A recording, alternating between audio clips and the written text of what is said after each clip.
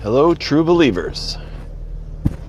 Seanorama podcast, or the Sean Geek Podcast, and this is Seanorama here. Today I want to talk about a heady subject. The heady subject is fatherhood and what that entails. Now, I've kind of touched on points like this before, but this came into conversation from a friend of my wife who came in to the home, and she was a client of my wife's, and my wife was doing her job, and I was doing the thing I do every day, nothing out of the ordinary, which is my wife and I have a system that works quite well, that the minute I get home from work, then I get the kids for the rest of the evening. My wife goes to work, which is in her home, and that is what she does. She goes down and does her job, just like I did mine during the day. And I get home and I get my turn with the kids.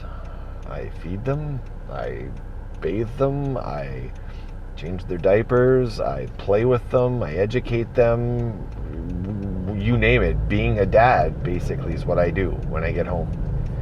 And the comment that came up from my wife's client was that I was a really good dad. She was impressed. I was just a really good dad. And I don't really know how to take that. I mean, hey, I'm glad you consider me a good dad, and I'll take the compliment. But I don't know what I was doing in the moment that made the client realize or make the statement. What is it that happened that made her make that statement? So I asked my wife, like, well, okay, thanks, but what was I doing that was so exceptional? Because I'd like to do it again. Like, what?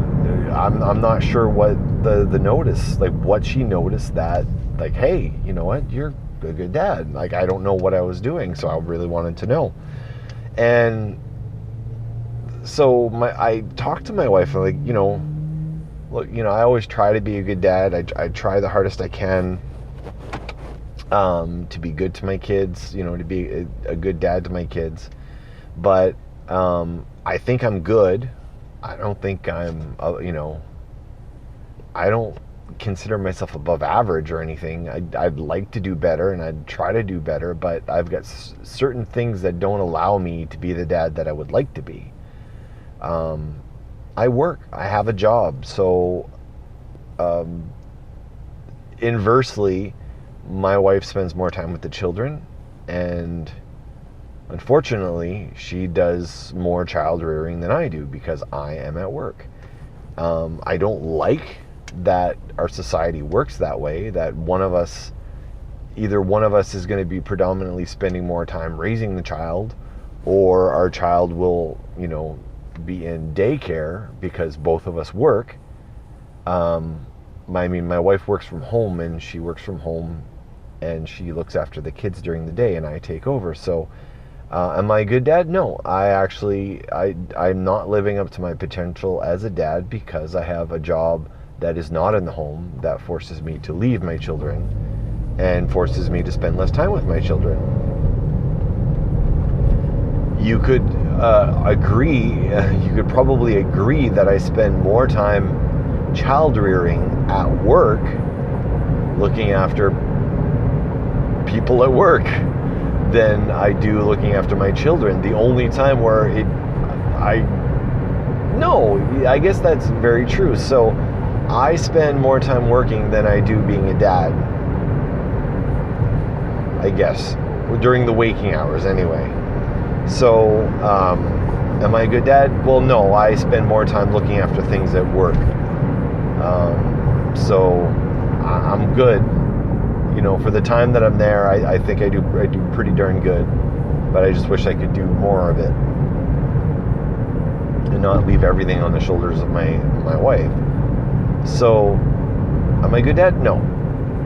am I a good dad? Yes, I'm a good dad. Am I a great dad? No, I can never get to that level of being a great dad until society changes and allows both of us to parent our children equally without the use of a daycare.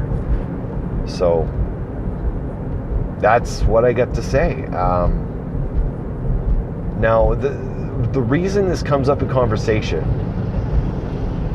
the reason I wanted to bring this up in conversation, the main reason I want to bring this up in conversation, why I want to talk about this specifically, is the standard I am being compared to is why I'm being considered a great dad. And what is that standard? Now, keep in mind, this isn't the standard, but this is a standard that some of my clients see when they come in and daddy's looking after the kid while mommy works. So this is the standard that some of the clients have pointed out. And the standard is this. Some parents, both the man and the woman work, both parental units work, let's be politically correct, and they get home and then they have the child to look after. They get home, they pick up their child from daycare or whatever that is, they get home, and then one of the parents will look after the child. And in a heterosexual relationship or marriage, in the situations specifically I'm talking about, the mother takes care of the children when they get home. Alternately, for the spouses where only one of the spouses works, and it's the mom that stays home with the children while the dad goes to work. In that situation, because the woman doesn't work, then the woman is child rearing all the time, and because the father works a day job that is not looking after his children, when he comes home, I'm too tired for my day, I'm gonna play with the kids for a couple hours, that's all I'm gonna do. But they're not doing child rearing. They're spending time with their child, which is great, or their children, which is great. But they're not rearing their children. They're basically, it's no different than an aunt coming to visit or an uncle coming to visit, and they're spending a little bit of time with the kid. But if you're coming home and you're expecting your meal to be on the table, if you're expecting the dishes to be done, if you're expecting the house to be clean, if you're expecting your children's diapers to be changed and cleaned, and both children are bathed, and all you have to do as that parental figure that has the day job, all you got to do when you get home is maybe read the paper or check what's on TV, or gonna go out for drinks with a buddy, or if you are going to have a little time to yourself and then spend time with the kids. So basically, you need a break from work, you need a break from the wife, you need a break from the kids the minute you get home. That is not rearing your children. And it's not the parental unit that stays home, the wife predominantly. It's not her job to continue rearing the children after the father gets home. Both parents need to be involved in the rearing of their children. You don't get a free pass if your wife stays at home. You don't. She's doing the more important job.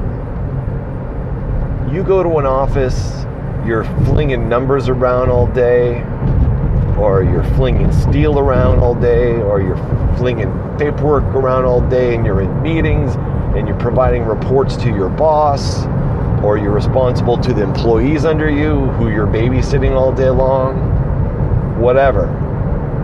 You think that's harder than raising your children? No. Nope. Not even close.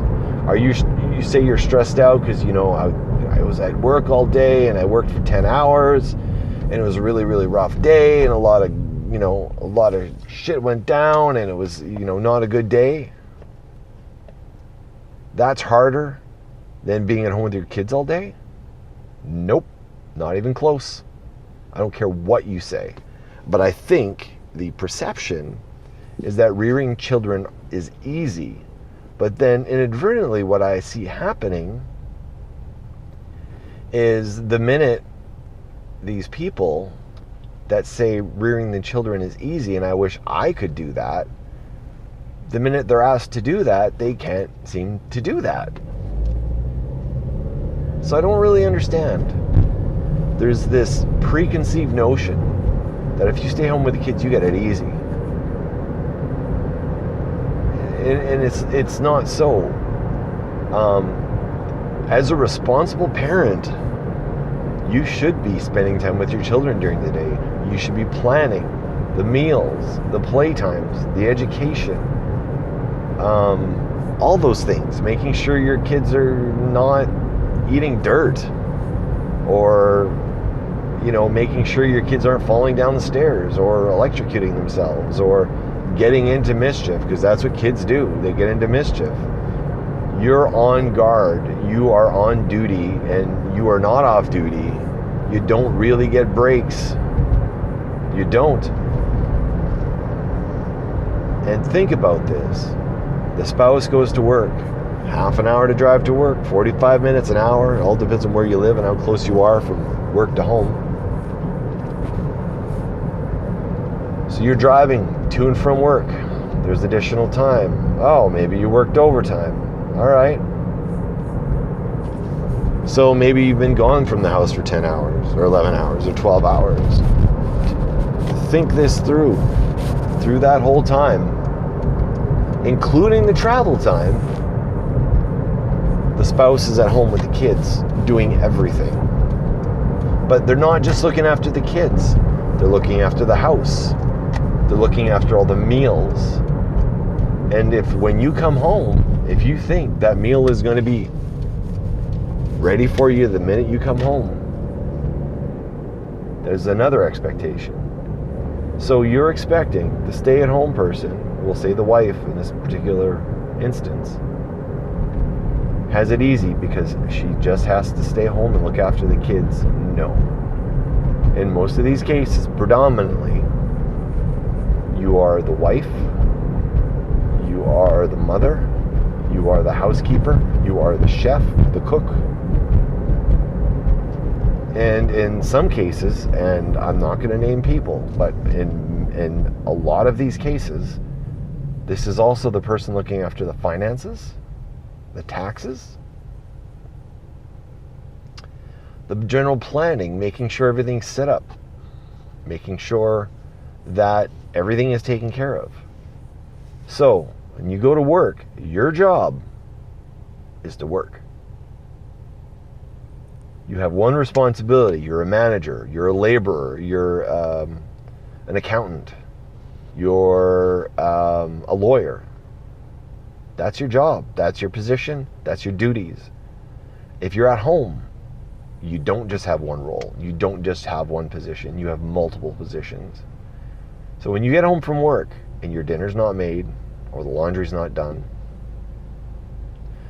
or maybe she had to order pizza, she didn't have time to make dinner, and you complain that things aren't as you expect them. Who are you?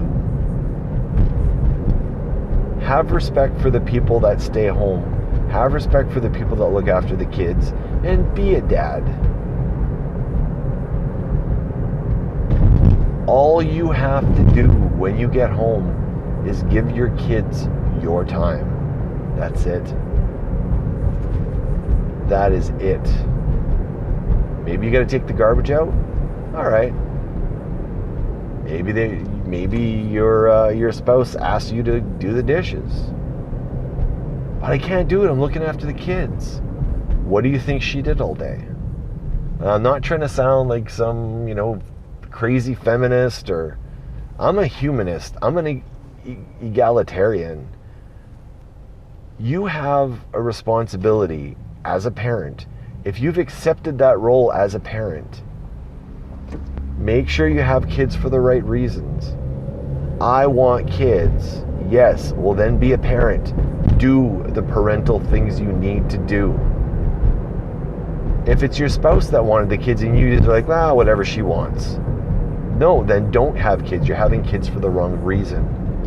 You should be having kids with your spouse, because you can't think of anyone better to have kids with, that you look forward to the kids that you and your wife are going to bring into this world, and you're going to rear them and rear them to be responsible adults, to grow them and fashion them and mold them into amazing, amazing people. Take on that role seriously. Don't do it because that's what she wants. Don't do it because, that's what you do. Do it because you want to have kids and you want to be there for your kids. And you want to do stuff with your kids and you want to raise those kids. Don't do it because it's the thing to do. Pull up your bootstraps, my friends. Be a real dad. Am I a good dad? Nope. I'm just average. But if we're grading on a bell curve, I guess I'm pretty good. Peace, love, and hugs, brother. We'll talk to you on the other side.